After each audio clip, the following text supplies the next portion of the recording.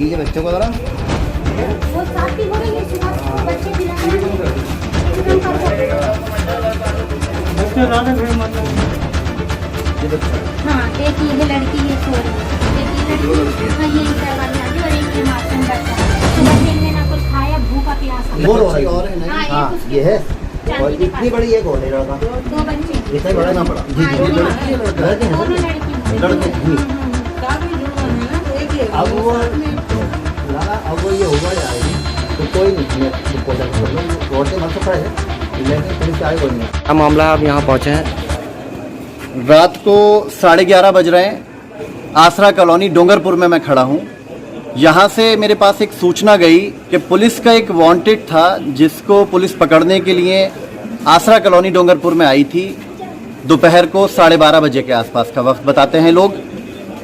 वो मुजरिम तो नहीं मिला, लेकिन मुजरिम के घर से उसकी पत्नी को पुलिस ले गई है साथ में। उसकी पत्नी के 3 महीने के 2 बच्चे हैं जुड़वा और एक 5 साल की बच्ची है। एक बच्ची को वो साथ लेकर गई है और एक बच्चा जो 3 महीने का है वो यहाँ पड़ोसियों के हवाले करके गई है और एक 5 साल की बच्ची को। मेरे ख्याल से हिंदुस्तान का कोई कानून ऐसा नहीं कहता है कि अगर किसी पति ने गुनाह किया है तो सज़ा उसकी पत्नी को दी जाए या उसके बच्चों को दी जाए या उसके पड़ोसियों को दी जाए। संविधान के अंदर ये नहीं लिखा है कि अगर गुनाह मैंने किया है तो उसकी सज़ा मेरे भाई को या मेरी बीवी को दी जाए। तो उत्तर प्रदेश के रामपुर की पुलिस का ये कृत्य बिल्कुल ठीक नहीं है। बच्चे भूख से तड़प रहे हैं। मैंने आकर पड़ोसियों से बात की तो पता चला कि उन्होंने कुछ खाने के लिए दूध का इंतज़ाम किया है, लेकिन 3 महीने का बच्चा माँ के दूध पर निर्भर है, ऐसे में कुछ खाता नहीं है। तो बच्चे रात को 11:30 बजे पड़ोसी के घर पर पलने को मजबूर हैं। माँ पुलिस की हिरासत में है, एसओजी वालों के पास है। और इसी केस के अंदर एक और मेरे पास फ़ोन आया मिलक से, जिसमें उनका कहना है कि उनकी एक नाबालिग बहन को पुलिस लेकर गई है। नाबालिग बहन को पुलिस लेकर गई है क्योंकि उसका भाई किसी मुकदमे में नामजद है। पुलिस का ये कौन सा कानून है कि आपके मुकदमे में अगर कोई नामजद है तो आप उनके घरों की बहन बेटियों को घरों से जाकर उठा लें और उनको हैरेसमेंट करें, उनको टॉर्चर करें।